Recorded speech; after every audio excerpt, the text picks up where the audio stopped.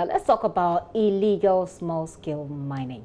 Well, a task force of small-scale miners has, in a special operation in the Ashanti region, arrested 11 illegal miners and destroyed equipment worth over 60,000 Ghana cedis on the Oda River. The river, which saw significant improvement in the quality of water it produces at the height of the anti-Galamsey fight, is fast deteriorating all over again. A leader of the task force, Safo Ando, wants swift prosecution of recalcitrant alluvial miners to deter others. Nanaya Aljima joined the task force on the exercise. Here is his report.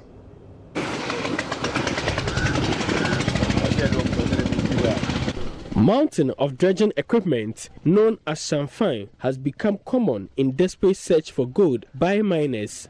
It consists mainly of motor-powered barrel-like apparatus held together with steel and plywoods to cover the platform. The miners stand on the platform to dredge for gold and wash here, discharging a lot of waste into the river. Commander of Operation Vanguard, Colonel William Norty, had made the following observation in an earlier interview on Love FM. It is about time to start going after the big financiers and the big players that are engaged in this menace, and also to interrupt the importation and distribution of the small dredging machines, popularly known as champagnes. These are used widely to destroy our water bodies, and we need to take actions as soon as possible. As we speak, over 10,800 of them have been destroyed by our activities. However, still more and more are coming in. The question is, who is benefiting from this? Odaso Water Treatment Center, which supplies water to the people of Obuasi and its environs, could be shut down due to the activities of these water dredgers. It now costs more to treat water due to excessive pollution. The small-scale mining task force took a trip to Abochokrom, a community in the Amansia Central District, through which River Oda flows. Shockingly, the miners had, through informants positioned along the road, gotten wind of the arrival of the task force team. They bolted and left behind the champagne, whose engines they had lowered in the river in an attempt to hide them. Unfortunately for the task force, they sank the equipment itself. So the task force will have to try very hard to bring up the equipment onto the banks of the river and destroy it, so that even when they come back, they cannot get back immediately onto the river to carry out their operation. Somehow, the task force managed to locate and destroy them. Other champagne machines were found hidden in the bush. Later, one Bright Ankoma, who claimed of the local unit committee, showed up with 3 others to demand release of the seized equipment, but they were rounded up. He says he is against the activity. We once went to the district chief executive to report the matter. He sent security men over to arrest them, but they came back. He has promised to send back the security men. The illegal miners are married to our women now, so they have become part of our community. 5 other champagne engines purposely made for the activity were impounded. Leader of the operation, Boesie Ando, explains logistical constraints impedes their work. We have been telling these people that they should try and come to our aid so that they can help us with vehicles and life jackets, because as soon as these people see you, they will run away. Now we have able to destroy about 30 machines, and they are moving to the forest. So we will keep chasing them to the forest up to where the river ends. So all 11 suspects and seized equipment were handed over to the police for investigations. The task force, inaugurated in 2012, has been working with the security agencies to prevent mining along riverbanks. For JoyNews, Nanaya Aljima reporting. We're still on Galamsey, and technical advisor to the Lands and Natural Resources Minister Ben Aye has criticized the so-called war against illegal mining, saying not only did government fail to engage, but isolated a key stakeholder, certified small-scale miners. He spoke to my colleague Latif Idrisu at a just-ended ILO workshop at Obuasi. My view is very simple. I mean, for any intervention, any initiative, you start from the known to the unknown. And wherever collaboration is possible, you certainly are better off, especially in something like the small-scale mining sector. It's a very complex thing, and as I refer to it, it's sort of literally the elephant in the room. Depending on your interaction with it, you will form certain viewpoints. And so your views, your actions, your decisions will be dictated by that. So it's much better you get a sampling of as many views as possible to inform your decision rather than just going unilateral.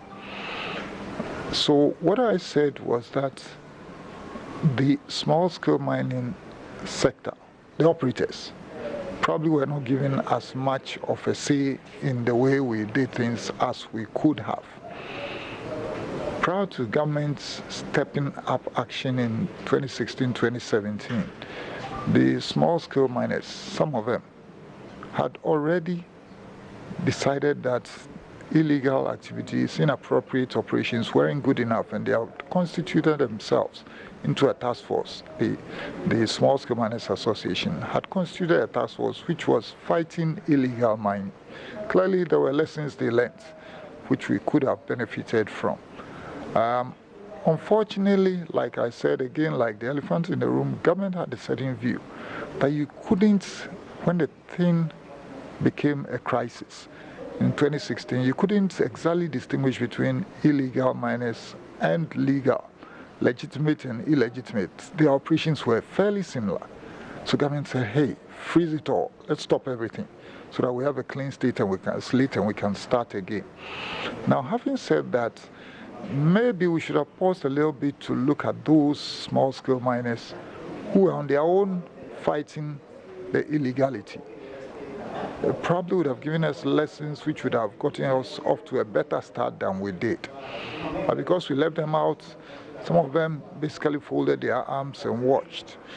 Again, the difficult part of it is that because it became quite protracted, the ban or the moratorium, I don't like to call it a ban, the moratorium, was that they who were legitimate did not clandestinely continue mining. Those who were really the target, a number of them continue mining notwithstanding the suspension. So those who were legitimate suffered the most because they didn't do anything, and a number of them lost their capital because of that. So now, come when we want to restart, a number of them are finding it really difficult to restart anything at all because they don't have the capital to start, which is something we could have avoided if we had kept them on board. Again, if the period had been shorter than it was, then it's possible that then one would have brought them along, and then they will be there to do what I call the demonstration effect. And it's very effective in the informal sector, where people observe their colleagues, their peers doing well. They want to follow in their footsteps.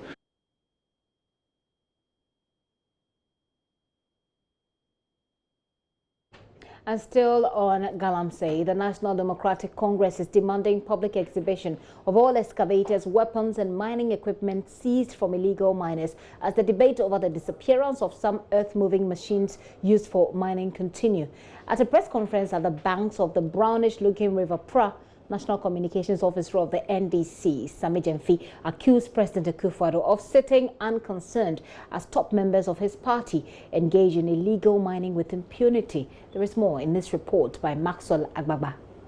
Well, this is the brownish looking water from the River Pra. Some residents who've been speaking to here say that was not the case previously. They talked about the presence of aquatic life and how they were able to use this water for their domestic chores. That is not the case any longer. Previously, this water was looking so good. To the extent, quite 3 years ago, it was looking so good. We used to come and bath in it, do a lot of things with it. Like we used to come and bath, even if fish is in the water. Sometimes you can see fish in the water. But when this government said he want to put a stop to this Galamsey. It even worsened the color of this water. And as at now, no, we don't do anything with it. If you try to bath with it, then you see some rashes, skin rashes over all your body. So we are suffering. Even getting water to drink nowadays is so quite difficult for us. We bath, we used to bath, we drink, we do a lot of things here at first. But now even this water, when you bath this water, sometimes you get what do you call it? Skin rashes. Well, the National Democratic Congress at a press conference on the banks of the River Pratt today is saying that it is getting ready to petition the United Nations to revoke the position of President Akufo-Addo as the UN co-chair of the SDG. They say that appointment has to be revoked because President Akufo-Addo has not shown enough commitment to combat illegal mining, popularly known as Galamsey. We shall petition the UN Secretary General, Antonio Guterres, to revoke the appointment of President Akufo-Addo as co-chair of the SDG advocates. And that petition will be ready by Tuesday. Because clearly, President Akufo-Addo has failed to show genuine commitment to the fight against illegal mining and the protection of our environment in his own backyard. His corrupt government has become an active enabler and promoter of Galamsey and the destruction of the environment in a way that affronts the sustainable development goals of the United Nations. He is a bad example, not worthy for emulation. He has proven to be unfit for the prestigious position of co-chair of the UN SDGs advocates, for which reason he must be removed without delay. We will not call on him to resign because we know that as for President Akufo-Addo, the word resignation does not exist in his dictionary. The National Democratic Congress is also demanding a public exhibition of all excavators, mining equipment, and weapons seized from illegal miners. They say it is very important for transparency. Here, those of you who may not understand what an excavator is, we are talking about caterpillar. Maybe that will help you understand. That a total of 2,779 weapons and ammunition have been seized from illegal miners, and 4,045 other mining equipment confiscated from illegal miners have also been seized. We are demanding that government accounts for all these seized items, and also in the spirit of transparency and to the benefit of Ghanaians, hold a public exhibition of these seized items. The party says it is aware of a petition that will soon get to the special prosecutor to investigate members of the incumbent government who are neck deep and complicit in the illegal mining business. The NDC says it fully supports that petition. We are aware that the special prosecutor will soon be petitioned to investigate the latest revelations of thievery and corruption that have characterized the Akufo-Addo's fraudulent Galamsey fight. The NDC wholeheartedly supports that petition and wish to call on the special prosecutor, Mr.